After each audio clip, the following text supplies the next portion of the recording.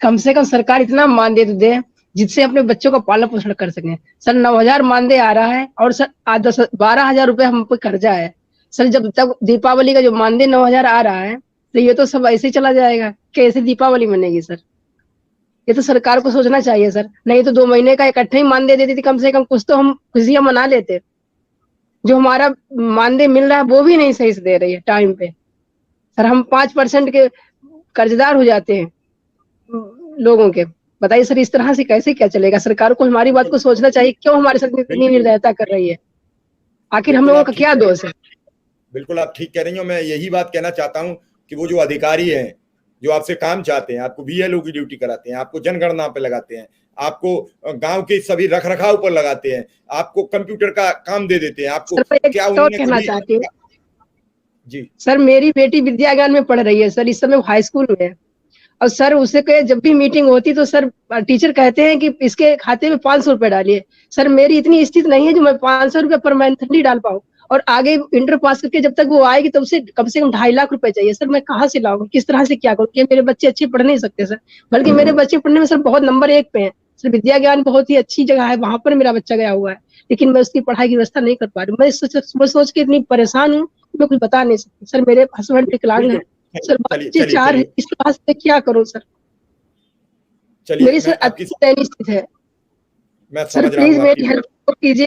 मैं गवर्नमेंट से यही प्रार्थना करती हूँ प्लीज हमारे इस दर्द को समझिए और हमारे 17,000 रुपए कम से कम तो हमारे दे दीजिए जो हमारा मानदेय है। चलिए, बहुत आपने बिल्कुल ऐसा क्षण उत्पन्न कर दिया कि जिसके लिए कुछ कहने को शब्द नहीं है। लेकिन बात वही है, क्या इनमें से कोई अधिकारी कभी ये लिखते हैं कि शिक्षा मित्र अनुदेशक का वेतन बढ़ा दिया जाए? शायद सबने लिखा होता, प्रत्येक जिले से ये रिपोर्ट गई होती तो मुझे आज कुछ कहने की जरूरत नहीं होती। अनुदेशक को यहाँ बैठने की जरूरत नहीं होती, शिक्षा मित्र को यहाँ बैठने की जरूरत नहीं होती, हम तो किसी और मुद्दे पर बात कर रहे होते। लेकिन आज तक किसी एक अधिकारी ने एक कलम लिख के ये नहीं भेजा कि ये अपने काम के पाबंद हैं, ये बहुत अच्छा पढ़ाते हैं, ये सकुशल विद्यालय आते हैं और विद्यालय में अच्छा वर्क करते हैं। शायद है किसी को मुख्यमंत्री जी से कहने की जरूरत नहीं पड़ती। लेकिन कौन लोग हैं जो मिसगाइड करते हैं, कहते हैं शिक्षा मित्र और अनुदेशक तो स्कूल आता ही नहीं है, शिक्षा मित्र और अनुदेशक तो पढ़ने में इंटरेस्टेड नहीं है, वो तो 1 घंटे का है टीचर। तो वो कौन लोग हैं जो इन सब चीजों को भ्रमित करते हैं? जी कौशल कुमार जी, चूंकि समय हो रहा है तो बस 1 मिनट में आप अपनी बात कहिए। जैसे कि अभी दुबे जी ने कहा, सबसे पहले तो जो शिक्षक की बात आई थी योग्यता की, उस पर हम कहना चाहेंगे अभी कई ऐसे बोर्ड आए हैं। सरकार की एक व्यवस्था है कि प्रत्येक विद्यालय में एक बोर्ड लगेगा हमारे शिक्षक के नाम से, और कई ऐसे विद्यालय आज प्रदेश के सामने आ चुके हैं जिनमें शिक्षा मित्रों की योग्यता सहायक अध्यापक और प्रधान अध्यापक से कहीं ज्यादा है। दूसरा चीज, जैसा मानदेय की बात चल रही है, मानदेय के लिए तो हम डीजी साहब को धन्यवाद देंगे। उनके प्रयास से उन्होंने सभी जनपदों को निर्देश दिए हुए हैं और आज काफी जनपदों में शिक्षा मित्रों का, अनुदेशकों का मानदेय उनके अकाउंट में पड़ रहा है।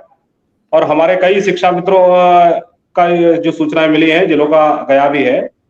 आपसे इस मंच के माध्यम से अपने माननीय मुख्यमंत्री जी, उत्तर प्रदेश सरकार तक सिर्फ एक ही बात हम पहुंचाना चाहते हैं कि सबसे पहले जो समायोजन किया गया था शिक्षा मित्रों का, उनको जिन नियमों के आधार पर सुप्रीम कोर्ट से